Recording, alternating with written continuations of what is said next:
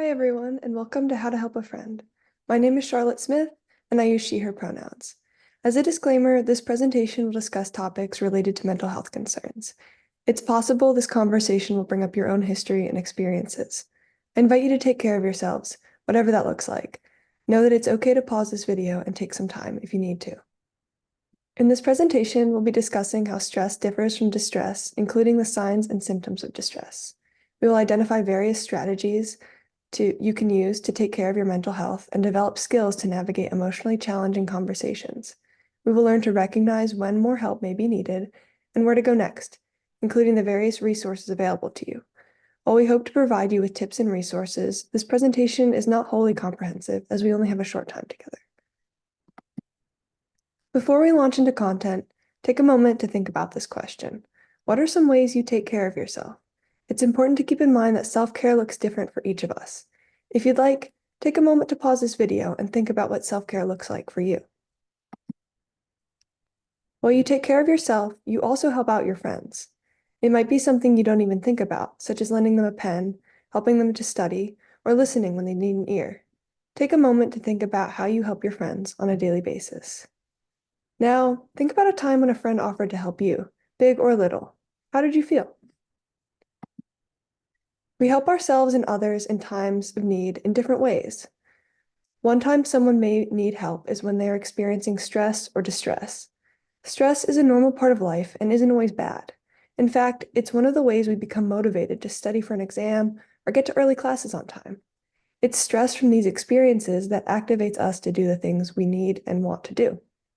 However, while we expect certain events to cause stress, long-term exposure to these events or experiences can move our typical stress reactions to distress instead. Distress is when stress stops being motivating and starts being debilitating.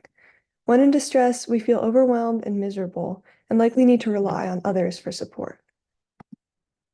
You may already be familiar with the physical and emotional signs of distress. Some of these signs are listed here, including an upset stomach, difficulty sleeping, feeling overwhelmed, and excessive worrying. These are your body's warning signs or cues to be curious about what's going on for you. Sometimes it may be evident that someone you know is in distress. Sometimes you may need to look closer at their behaviors or thoughts and feelings they express. It's really valuable to note changes in your friends. This can include changes in appearance, such as neglected hygiene, isolation, lack of motivation for academics, and increased substance use. And it's important to remember that the signs will look different for everyone. As college students, it's pretty normal to feel stressed.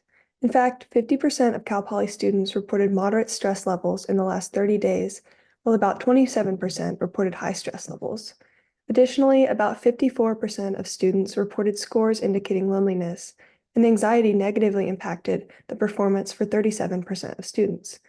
These statistics illustrate how prevalent experiences of stress and distress are for your peers, but keep in mind that they don't affect everyone all the time. If this currently applies to you, there are ways to get support and work through it. So yes, loneliness, anxiety, stress, and distress are common. That said, they can still be cause for concern, and you may find yourself in a situation where a friend needs help. It's important to trust your gut if you feel that someone needs help. You don't need to be an expert or a medical professional to know that something is wrong. You're already an expert on your friends. You don't need to know exactly what the problem is to recognize someone needs help. Recognizing that someone may need help is an important first step.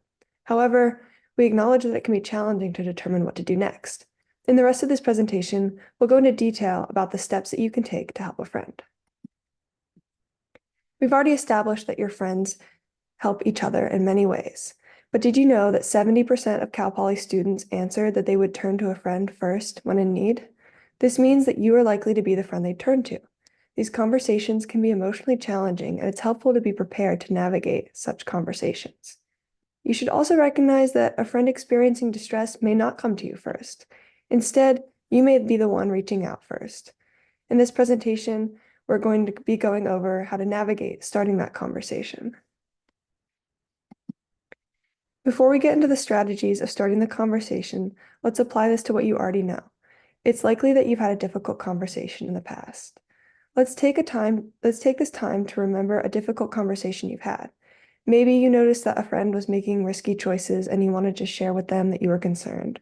Or maybe you opened up to a friend about a specific anxiety that you were feeling. Try to think about how the conversation went. Think about the goal and the outcome. More importantly, what made the conversation worth it? I encourage you to pause this video and reflect on these questions.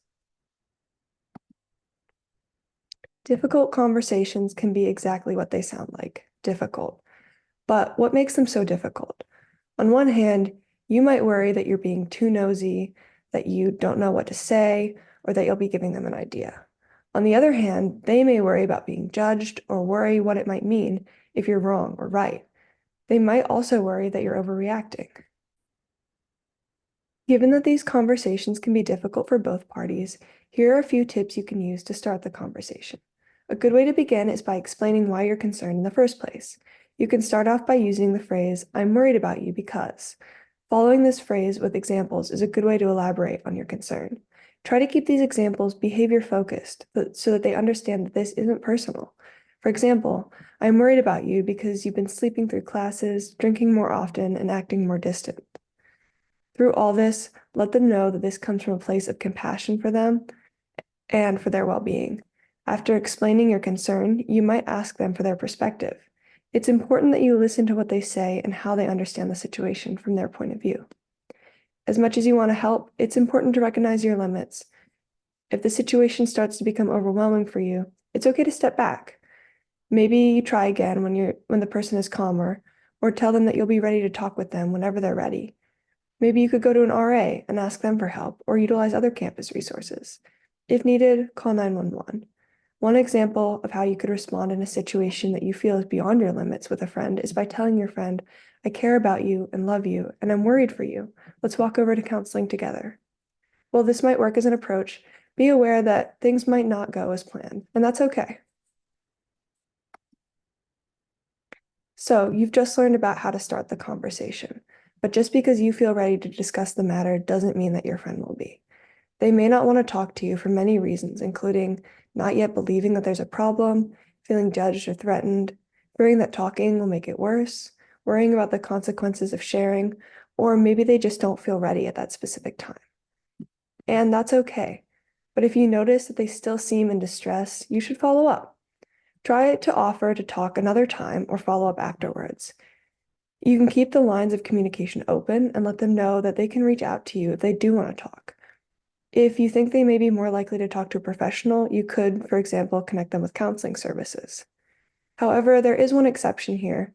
If your friend indicates that they are in immediate danger of harming themselves or others, you should call 911. It's important in this sort of situation that they receive immediate assistance from professionals who are trained to help them out. If immediate danger is not present, be patient with your friend and keep offering them support. And just remember that showing that you care about them is the top priority. If something seems off, stay aware and trust your instincts. Try the skills you've learned today to reach out and ask that awkward question. It's important that we acknowledge that helping a friend in distress can be very stressful. In airplanes, you're instructed to put on your own oxygen mask before helping others in case of an emergency, because you cannot help others if you're unconscious from a lack of oxygen. Similarly, you cannot help others if you don't help yourself first. Taking the time to take care of ourselves is crucial. There may be times when you or your friends need more help than you can provide. When we need physical medical help, we often see it as a fairly straightforward question. When it comes to distress, we can really look at the same indicators to tell us that more help is needed.